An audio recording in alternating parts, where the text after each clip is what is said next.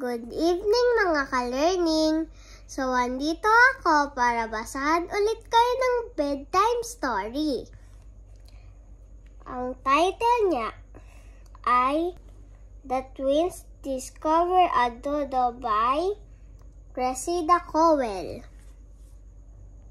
The air was hot and full of noises as unseen animals quacked and howled from within the jungle. The Trita family have taken their time machine back to the 16th century, to the jungle island of Mauritius in Indian Ocean. The Trita family were searching for dodos, strange birds that live on Mauritius at the time. What were dodos like? Asked Tulip.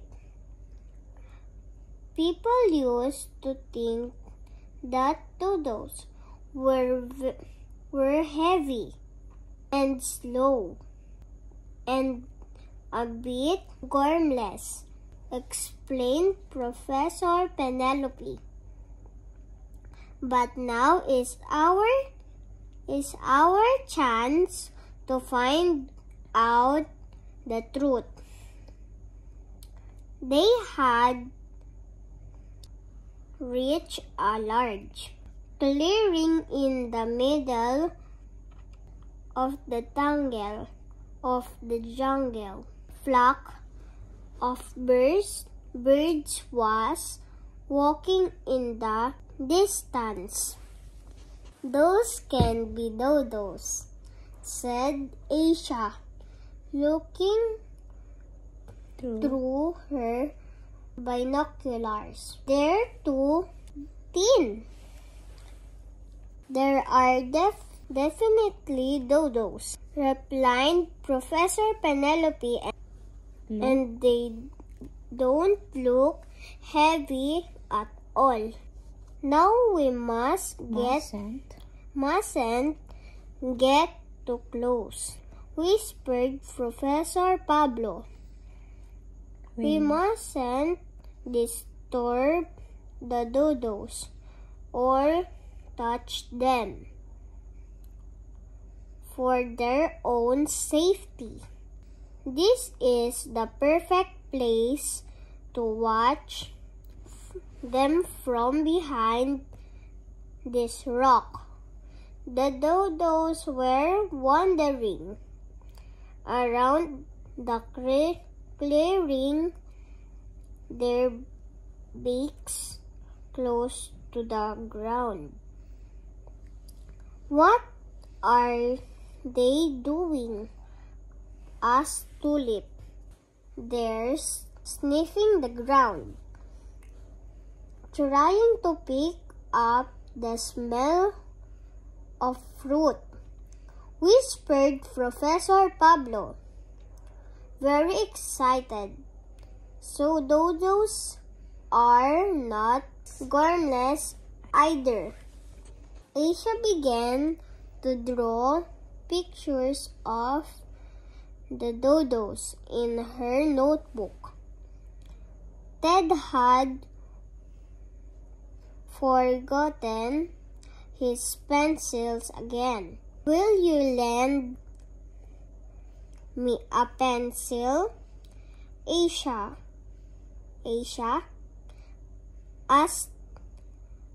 asked Ted. I want to draw them too. Why didn't you bring your own? Said Aisha. I'm not going to lend one to you. The next time you might remember That's not very friendly, said Ted rather loudly. Shh. Shh, whispered Alfie. You might disturb the dodos. But it was too late. The dodos had lifted up their heads. They saw the treetop family crouch behind the rock, and they started running towards them. They're just being friendly, said Professor Penelope. Like Aisha, grumbled Ted. There are no predators on this island, said Professor Penelope. So the animals and birds won't be frightened if they see human. And the dodos were very friendly indeed. They rushed towards the treetop family in a very welcoming way. Little stubby wings outstretched so they could keep their balance, feathers flying. Don't get too close, warned Professor Pablo.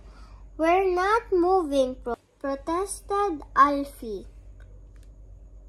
It's the dodos who are getting closer to us.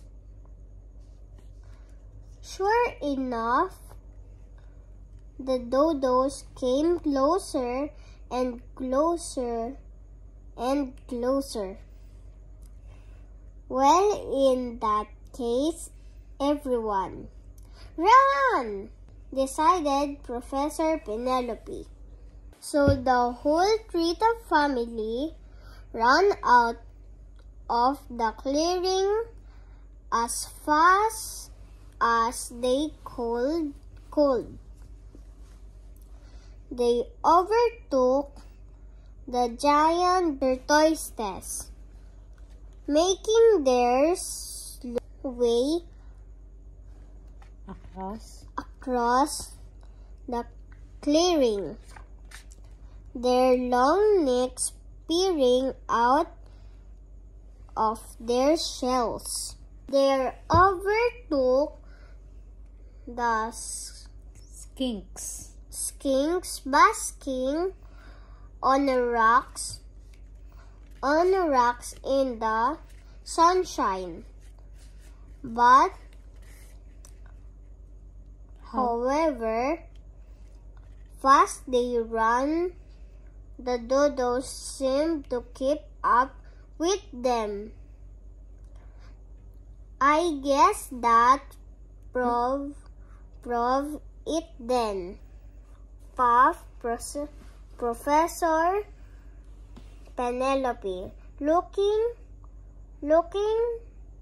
over her shoulder. Proves what? Asked Tulip. That dodos are slow. Aren't slow either, said Professor Penelope, panting and laughing as they made it back to the safety of the time machine. Nighttime on the island of Mauritius, and fruit bats fluttered through the jungle, and the parakeets screech. The treetop family were eating their supper under the stars. Aisha showed everyone her dodo pictures. They all looked very impressed apart from Ted, who was still a bit cross with her for not lending him a pencil. Aisha felt bad, so she ripped out a page from the back of